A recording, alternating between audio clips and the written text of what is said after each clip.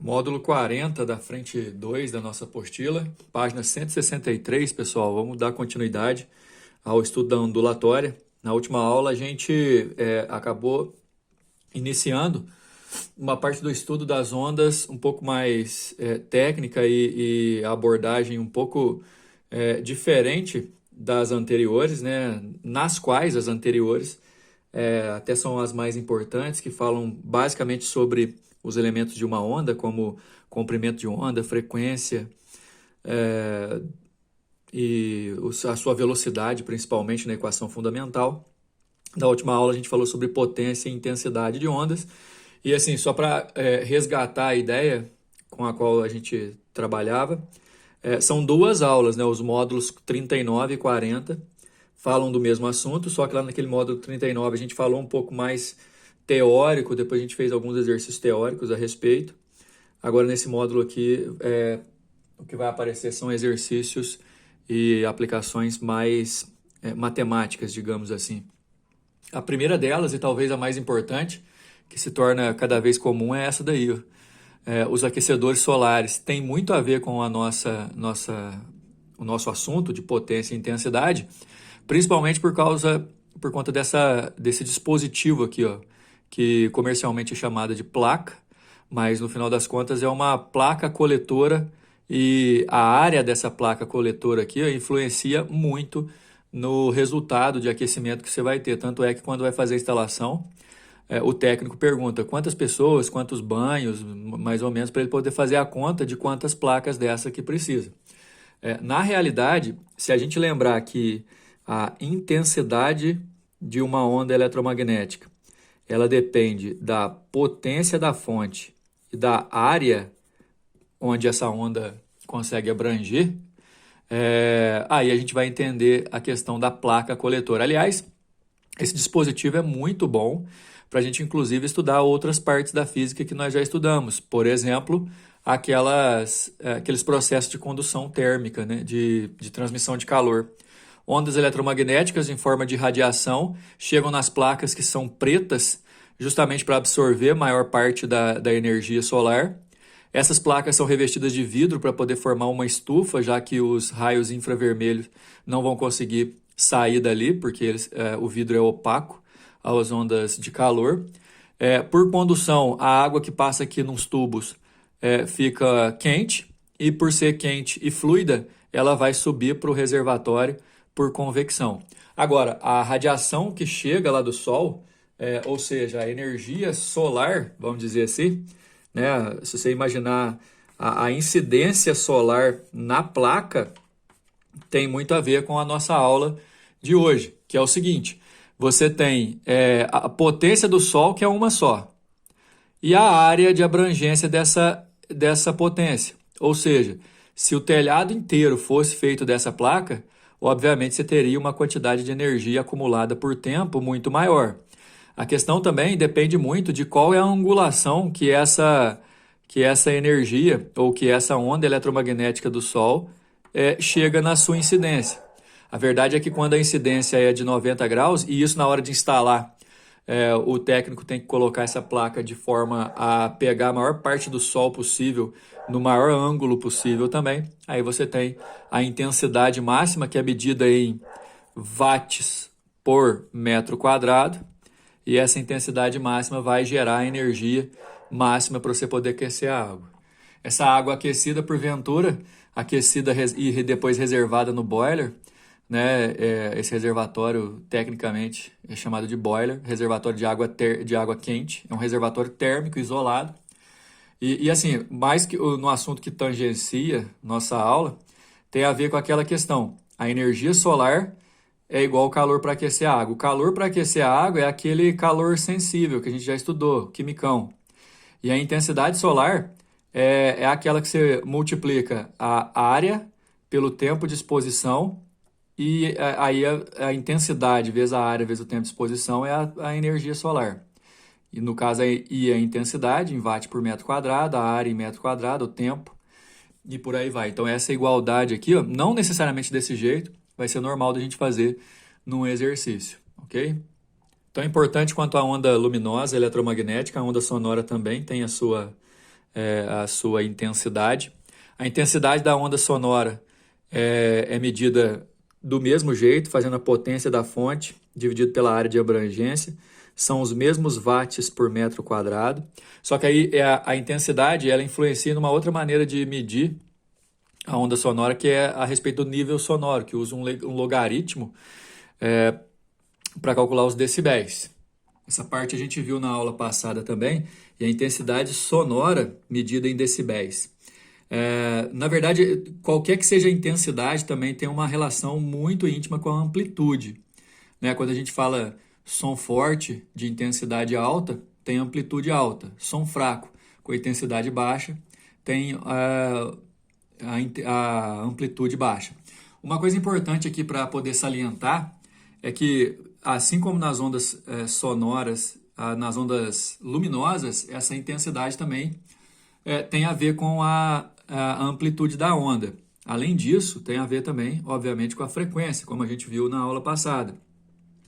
Outro detalhe, popularmente, a gente costuma dizer que o som está alto ou baixo no lugar de falar que ele está forte ou fraco. Então, se você precisa abaixar o volume porque o som está, entre aspas, muito alto, na verdade, você, corretamente falando, fisicamente falando, é que o som, se abaixa o volume porque o som está forte. Você aumenta o volume porque o som está fraco. Porque, na verdade, pessoal, no estudo da onda sonora, forte ou fraco tem a ver com a intensidade, realmente, que você consegue controlar. Agora, alto ou baixo tem a ver com a frequência, e aí você não consegue controlar a frequência, porque a frequência é uma só da fonte, independente da intensidade de transmissão, certo? Então, assim, um som muito agudo é um som alto, de frequência alta. Um som grave é um som baixo, de frequência baixa, ok? Alto ou baixo tem a ver com frequência, forte ou fraco tem a ver com intensidade e amplitude. Bom, e para finalizar essa parte teórica, a potência são os watts por segundo, né? Desculpa, os joules por segundo, né? Joule por segundo, que dá o watt, joule de energia por segundo de tempo. Se você dividir o joule por segundo pela área, ou seja, dividir a potência pela área, você encontra a intensidade, que é medida em watt por metro quadrado.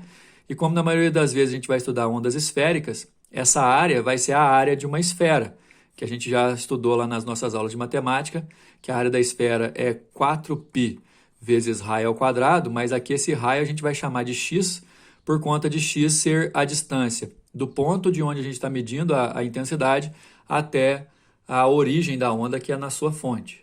Vamos lá para a página 166, primeiro exercício. Uma antena de transmissão de telefonia celular situa-se no topo de uma torre de 15 metros de altura. A frequência de transmissão é igual a 900 MHz e a intensidade da radiação emitida varia com a distância em relação à antena, conforme o gráfico. À medida que a distância vai aumentando, você vai tendo a intensidade diminuída, né? Uma onda eletromagnética de transmissão de celular, enfim, a gente conhece esse tipo de onda, né? A letra A vai perguntar para a gente qual a intensidade da radiação em um aparelho de telefonia celular que está posicionado na base da antena. Na base da antena, a antena transmissora tem 15 metros de altura, ou seja, o ponto de transmissão fica a 15 metros da base. Então, na base, a distância até a antena é de 15 metros. Então, a gente vai usar esse ponto aqui, ó, distância de 15 metros e intensidade de 10 a menos 1 watt por metro quadrado. E depois, a letra B, a gente vai calcular o limite de segurança para a radiação eletromagnética nessa faixa de frequências é de 10 watts por metro quadrado. E depois ele pede qual que é a distância, então, aproximadamente, para a gente ver esses 10 watts por metro quadrado, a gente calcular essa distância aqui.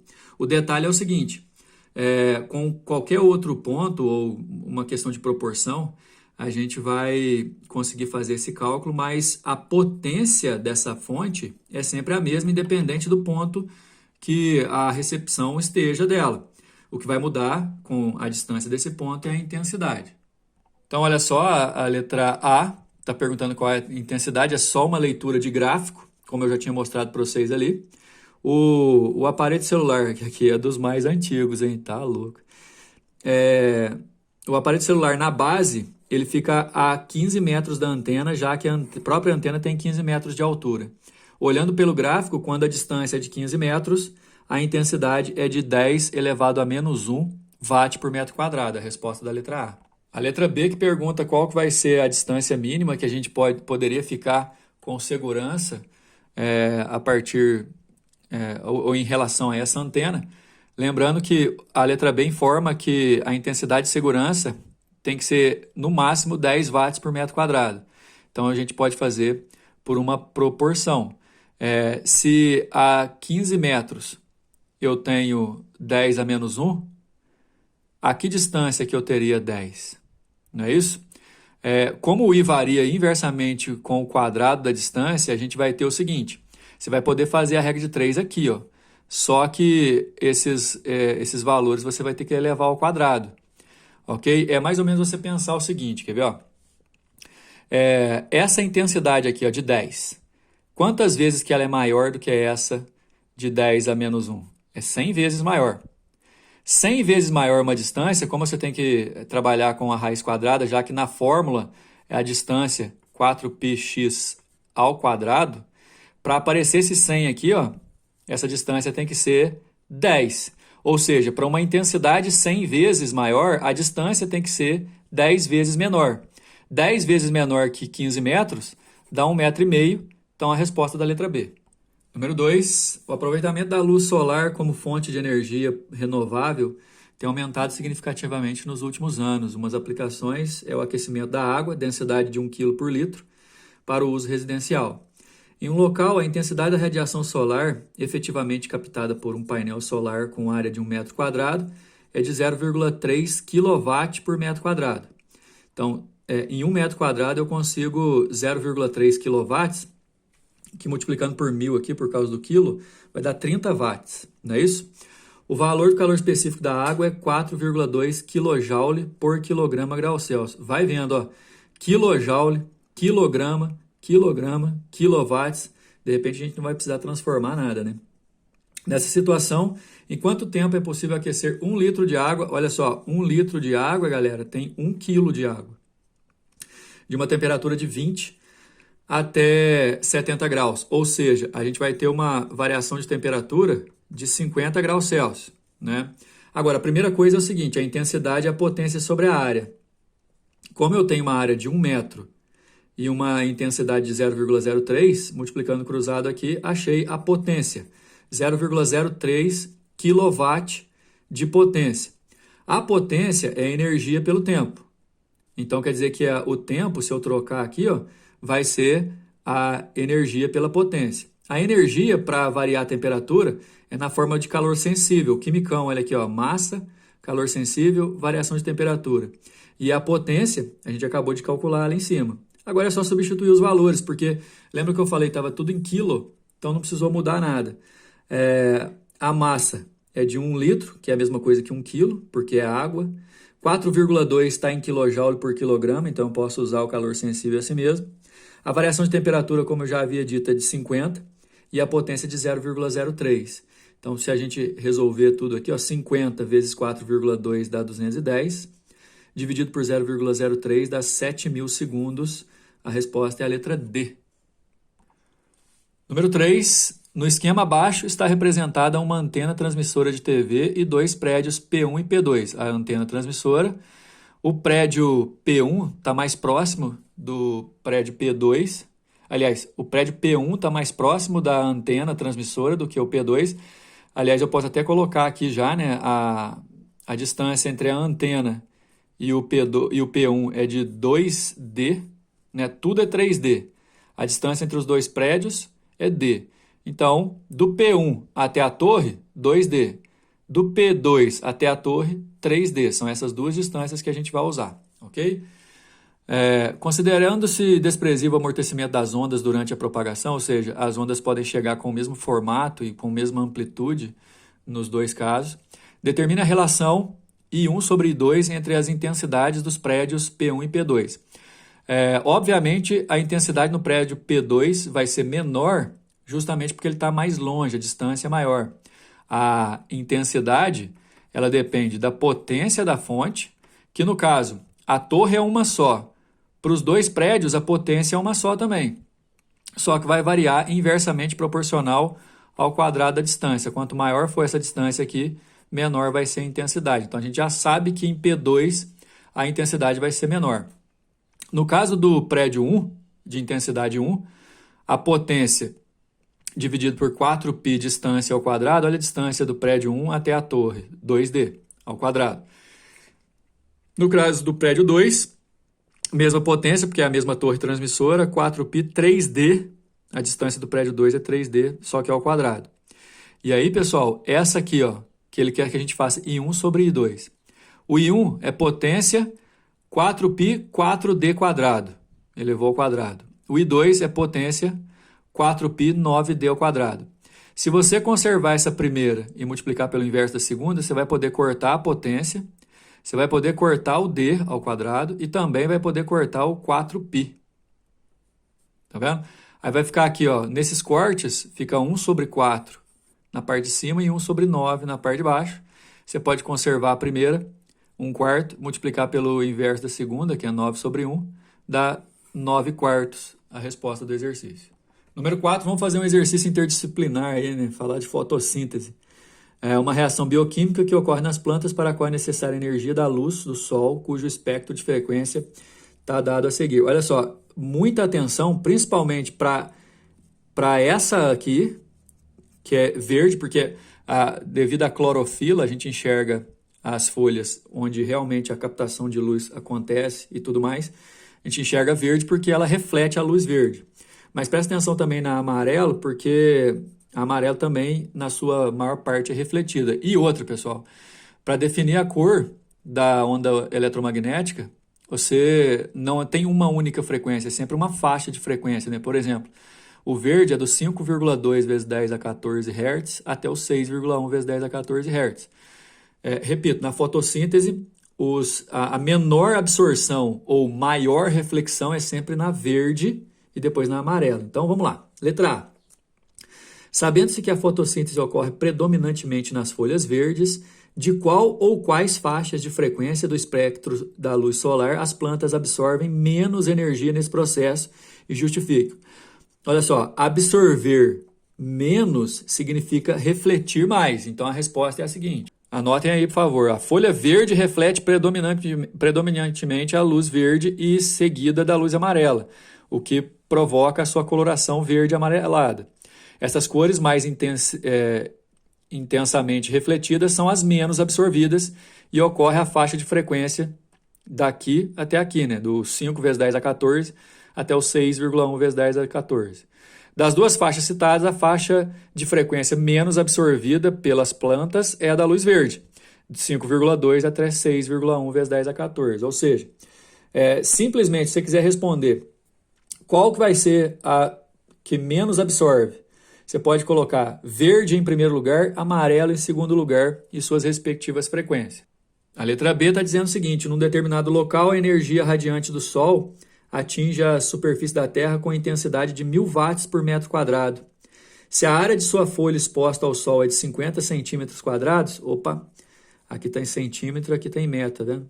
E 20% da radiação incidente é aproveitada na fotossíntese, qual é a energia absorvida por essa folha em 10 minutos na insolação? 20% do total, a gente vai fazer as contas aí. A gente tem que levar em consideração a intensidade do Sol, que ali naquele momento é de 1000 watts por metro quadrado. A área, que é de 50 centímetros quadrados, mas a gente tem que transformar para metro quadrado.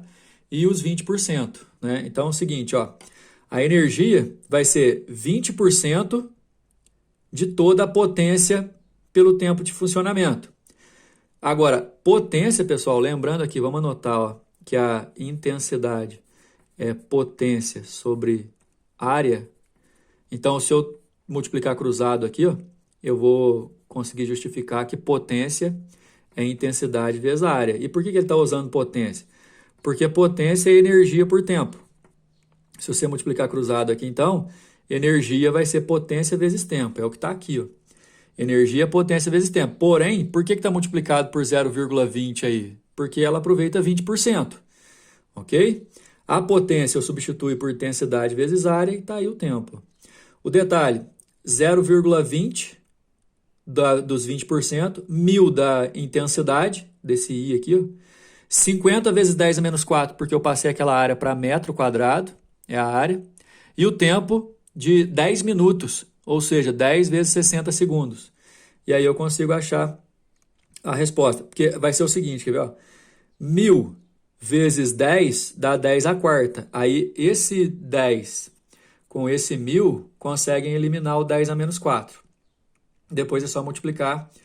0,20 vezes 50 dá 10, vezes 60 dá 600 joules. É a resposta da letra B.